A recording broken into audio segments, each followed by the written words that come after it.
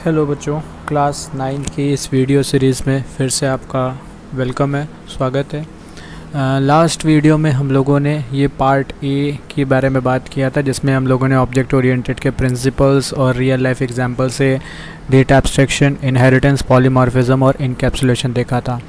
आज हम लोग बात करने वाले हैं इसी चैप्टर के सेकेंड पार्ट के, जिसमें introduction to Java, type of Java programs, Java compilation procedure, source code, byte code, object code, JVM और फीचर्स ऑफ जावा के बारे में बात करेंगे।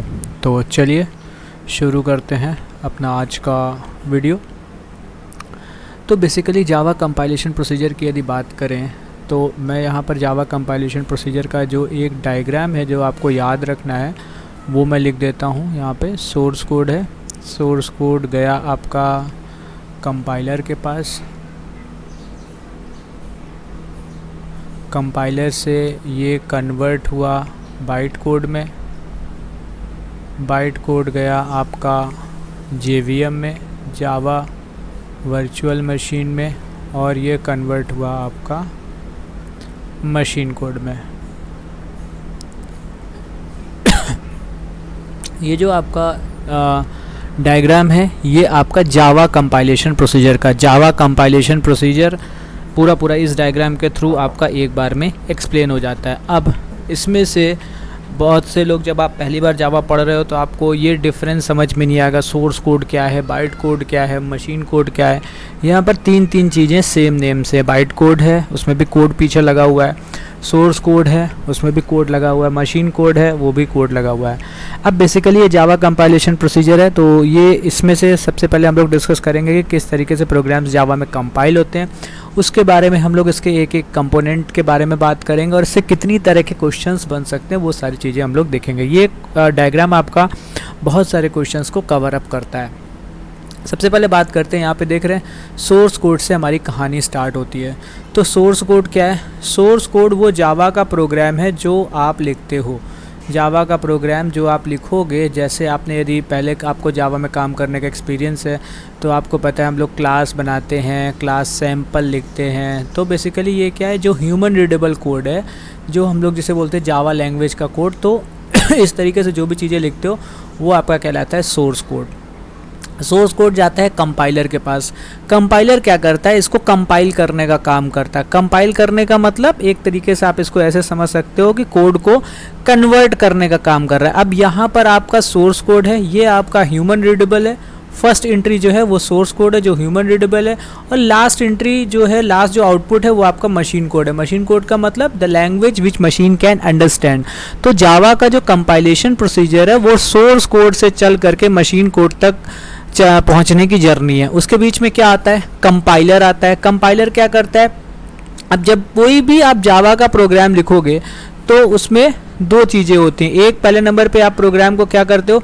कंपाइल करते हो। कंपाइल करने का मतलब क्या होता है कि आपने ये कोड ऐसे करके लिखा और आप जब इसको कंपाइल करोगे तो इसमें जो भी एरर्स होंगी, सिंटैक्स एरर होंगी, कहीं पे आप सेमीकोलन भूल गए, कहीं पे स्मॉल का कैपिटल लिख दिया, कैपिटल का स्मॉल लिख दिया, कहीं पे कर्ली ब्रेसेस ओपनिंग लगाया, क्लोजिंग लगाना भूल गए, तो ये जितनी तरह की मिस्टेक्स होती हैं ये कंपाइल टाइम में पकड़ में आती हैं।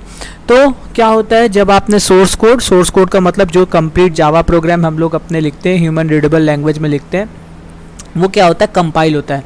कंपाइल होने के बाद आपका बनता है बाइट कोड। अब बात कर लेते हैं बाइट कोड क्या होता है। बेसिकली बाइट कोड क्या है? आपका इंटरमीडिएट कोड है। इंटरमीडिएट कोड क्यों कह रहे हैं इसे? अब इसको समझने के लिए, याद रखने के लिए आप ये समझ सकते हैं, ये बाइट कोड बिल्कुल बीचों बीच में आ रहा है। इसके इधर की तरफ भी दो बॉक्सेस हैं, इसके इधर की तरफ भी दो बॉक्सेस हैं। तो बाइट कोड क्या है? इंटरमीडिएट कोड है, जिसका यूज़ क्या होता है, जिसका जावा कंपाइलेशन प्रोसीजर में क्या यूज़ होता है कि ये जो बाइट कोड है ये जेवीएम को सप्लाई किया जाता है। मतलब जब आपका बाइट कोड रेडी हो गया तो जावा वर्चुअल मशीन में ये कोड डाला गया और आपका मशीन कोड बन करके निकल आया। अब ये जो बाइट कोड होती है इसकी कुछ स्पेशलिटीज़ होती हैं, जैसे ये आपका ह्यूमन रीडेबल नहीं होता है। मतलब यदि इंसान इसको पढ़ करके इसमें कोई चेंजेस करना चाहे तो वो नहीं कर सकता, ये ह्यूमन रीडेबल नहीं होता है। ये क्या होता है आपका, बेसिकली ह्यूमन रीडेबल नहीं होता है, इसमें कोई इंसान अपनी तरफ से कोई भी मैनुअल चेंजेस नहीं कर सकता। जो भी चेंजेस आप कर सकते हो वो यहाँ पे सोर्स कोड में कर सकते हो। सोर्स कोड एक बार कंपाइल हो गया तो ये बाइट कोड बन गया। ये बाइट कोड क्या है, इंटरमीडिएट कोड है और इसमें कोई भी किसी तरीके के चेंजेस नहीं किए जा सकते हैं। और ये बाइट कोड क्या किया, आगे JVM में ले गए। अब JVM क्या होता है, JVM बेसिकली होता है सेट ऑफ सॉफ्टवेयर। ये क्या होता है, सेट ऑफ सॉफ्टवेयर होता है जिसका काम क्या होता है, बाइट कोड को मशीन कोड में कन्वर्ट करना। अब देखिए इसी डायग्राम से सारे के सारे आंसर्स निकल रहे हैं। जो आपका JVM होता है, JVM क्या होता है, सेट ऑफ सॉफ्टवेयर होता है जिसका काम होता है बाइट कोड को कन्वर्ट करना मशीन कोड पे। JVM का जो फुल फॉर्म होता है वो होता है जावा वर्चुअल मशीन।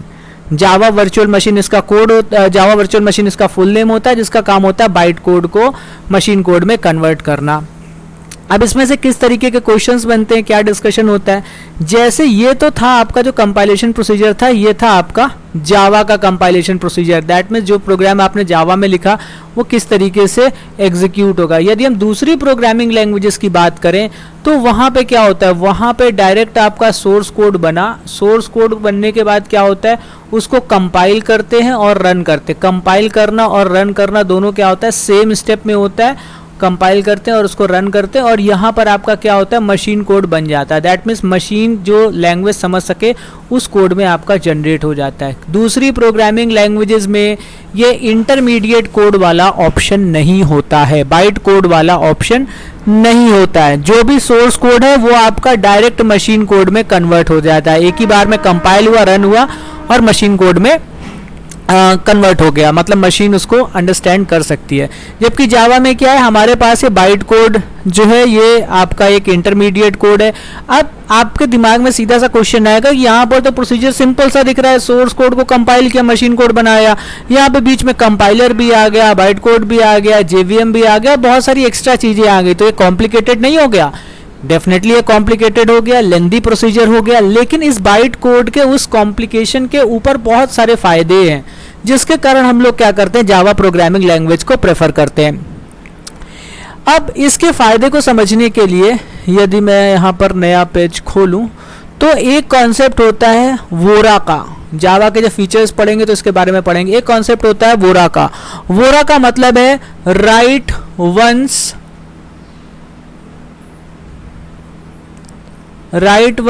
Run anywhere.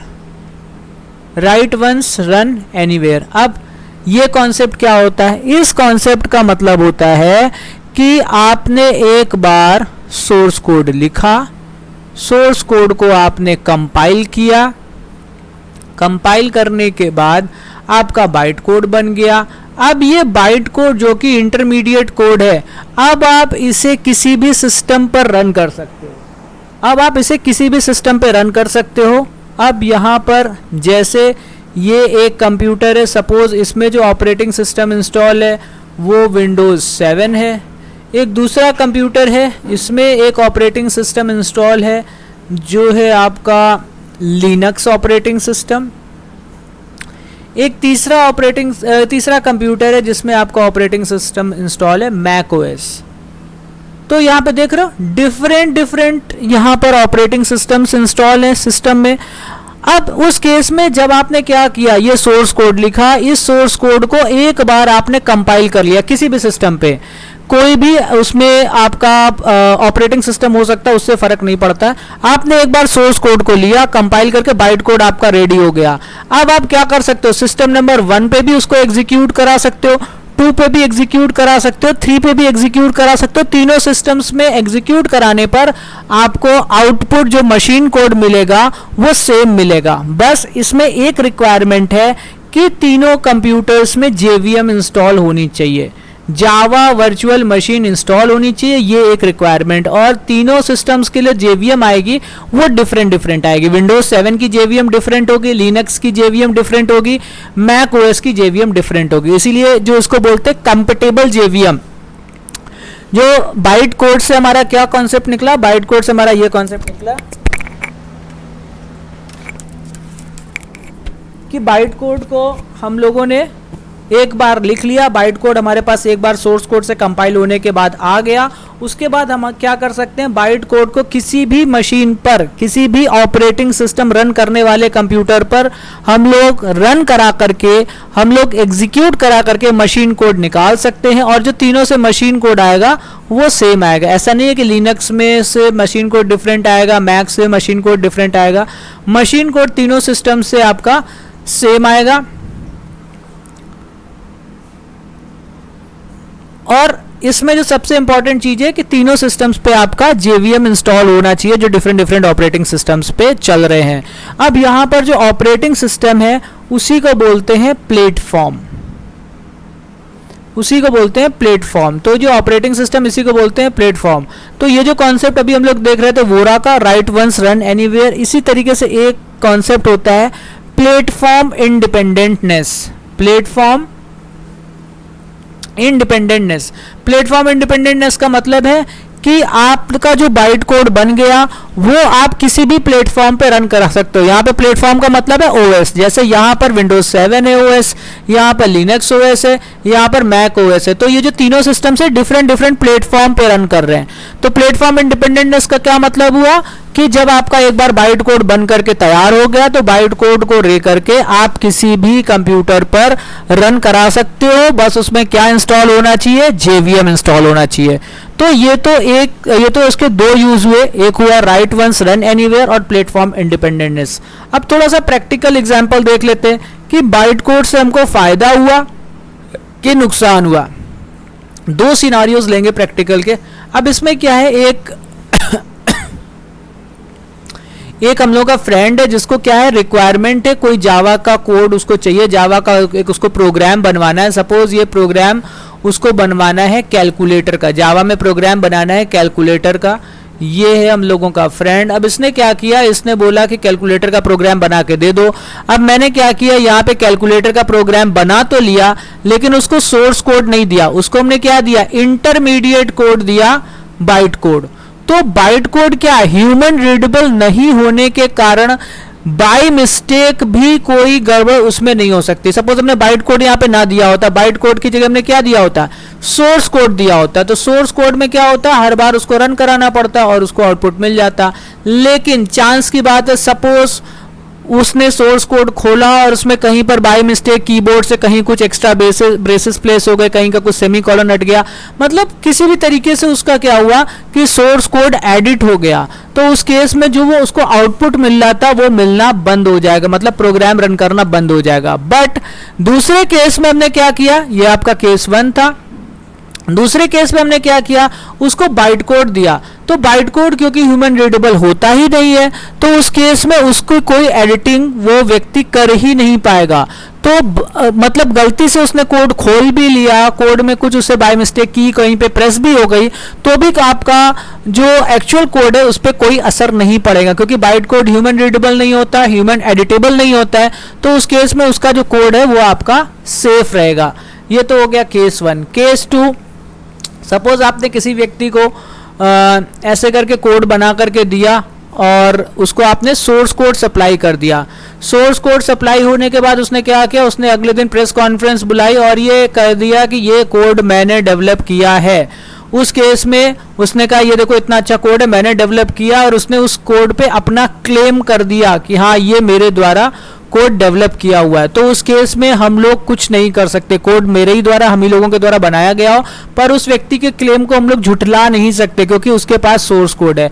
अब दूसरे केस में, इसी केस में हमने क्या किया कि सोर्स कोड की जगह उस व्यक्ति को हम लोगों ने बाइट कोड सप्लाई किया। बाइट कोड सप्लाई करने से क्या हुआ, उसने सपोज प्रेस कॉन्फ्रेंस बुलाई और ऐसे करके आउटपुट दिखाया, ये देखो मैंने ये प्रोग्राम बनाया, इसकी ये वर्किंग है।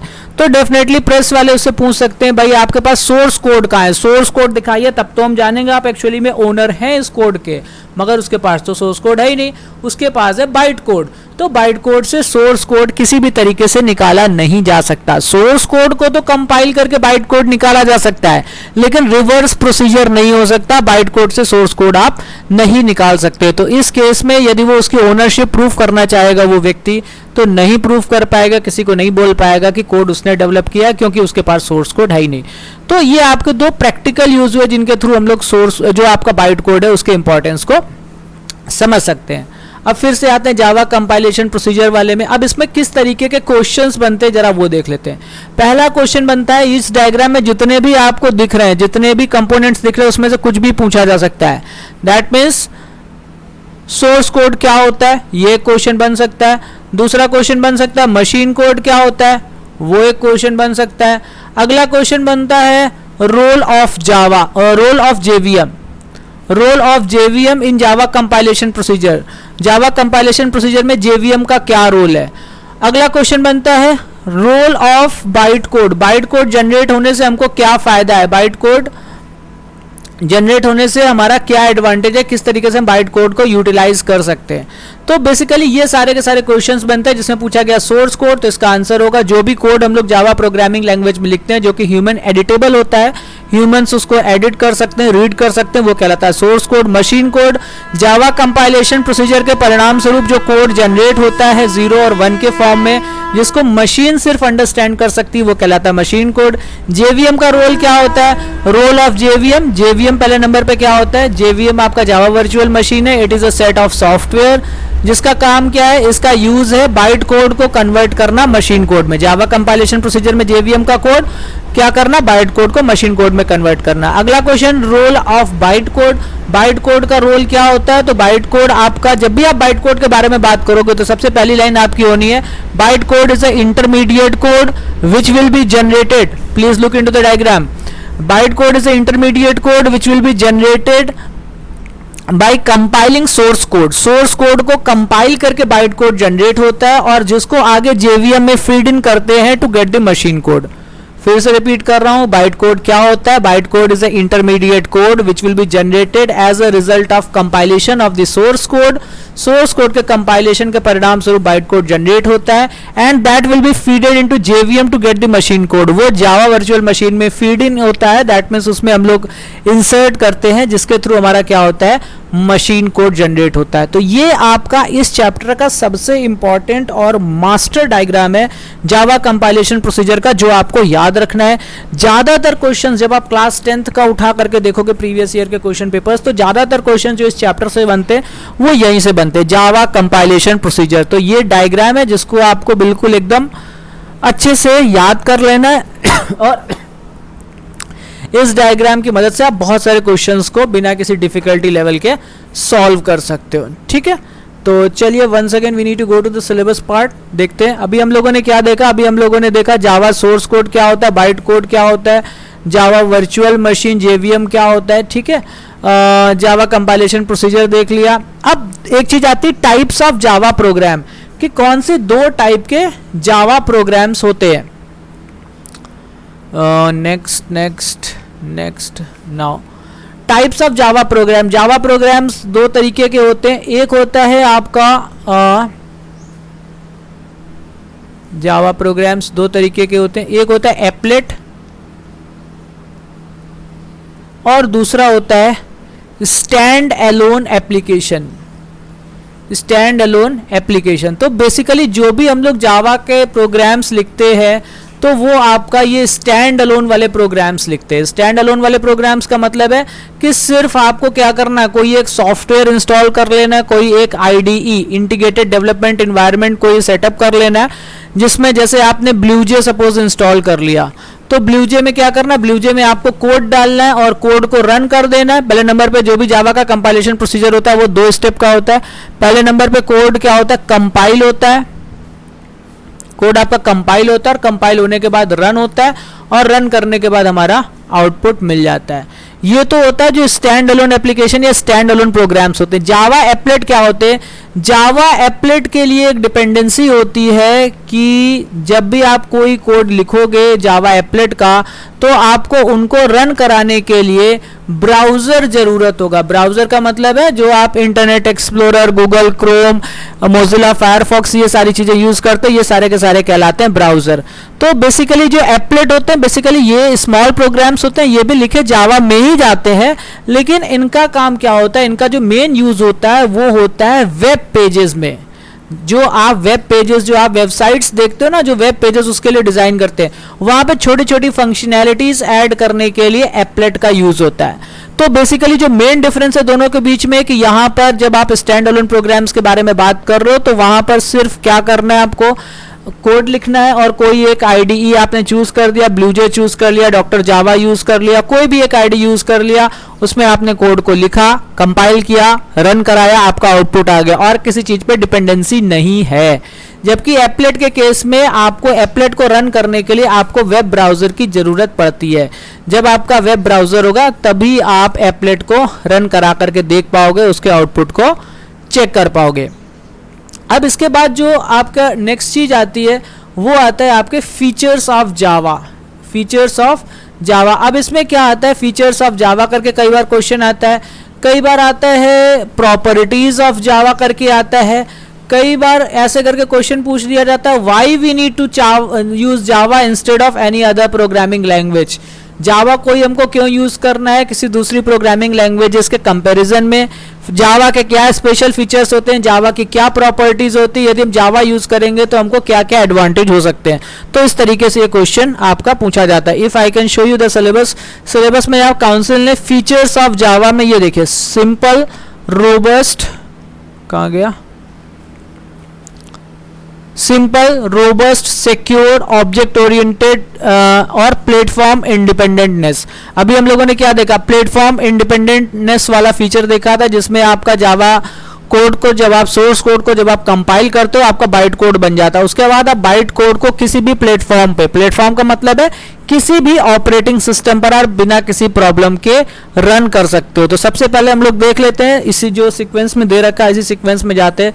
सिंपल, रोबस्ट एंड सिक्योर किस तरीके से काम करता है।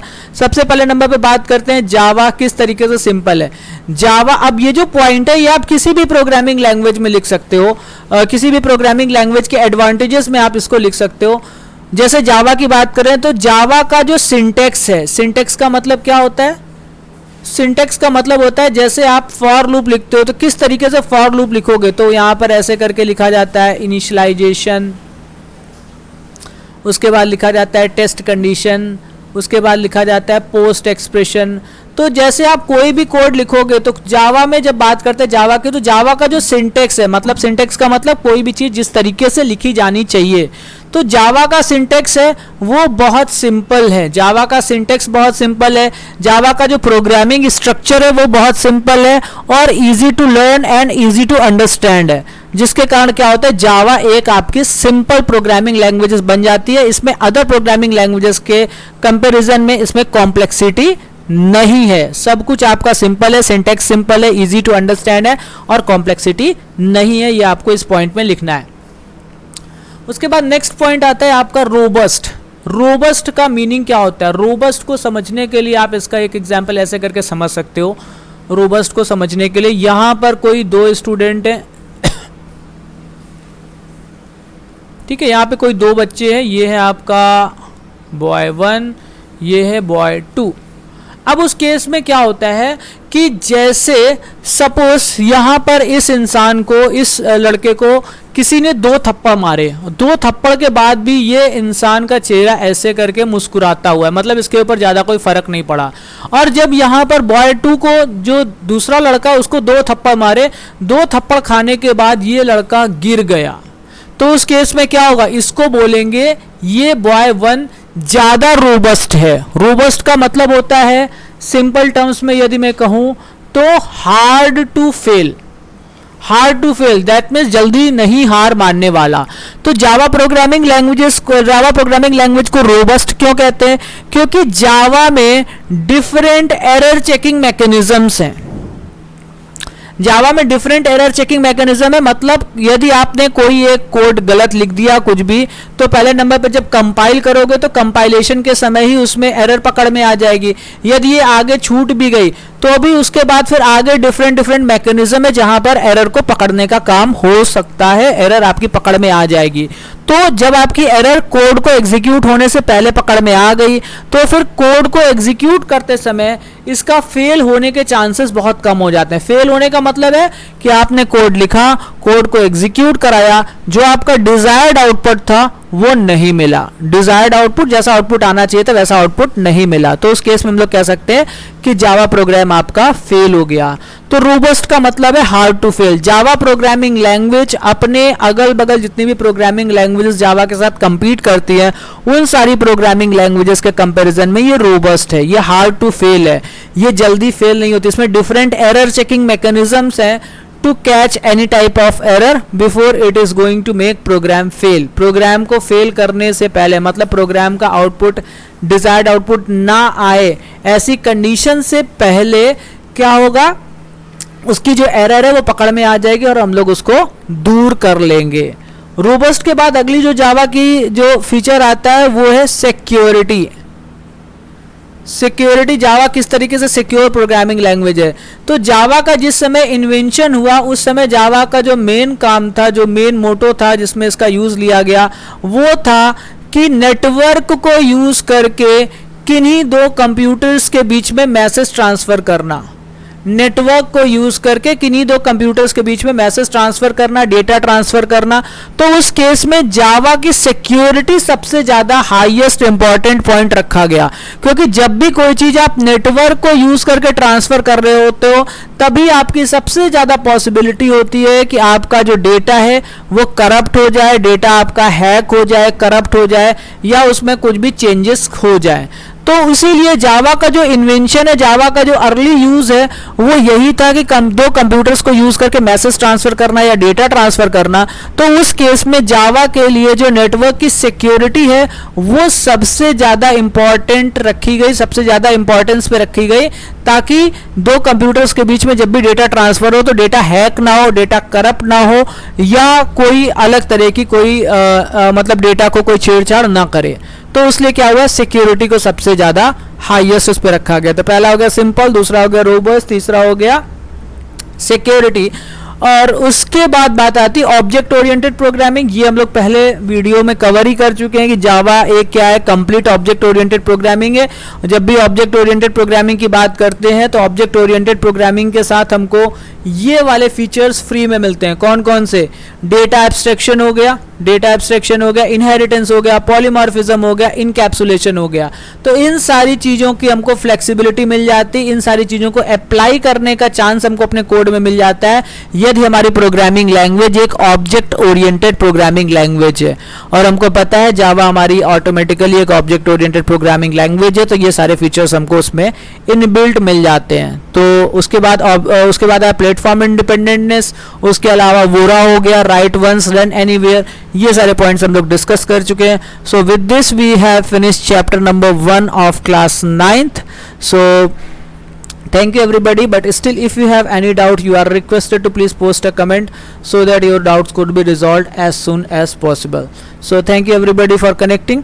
So you are requested, आप सभी से रिक्वेस्ट है यदि आपको थोड़ी सी भी नॉलेज गेन हुई इस वीडियो के through, so please like, share and subscribe. Thank you everybody.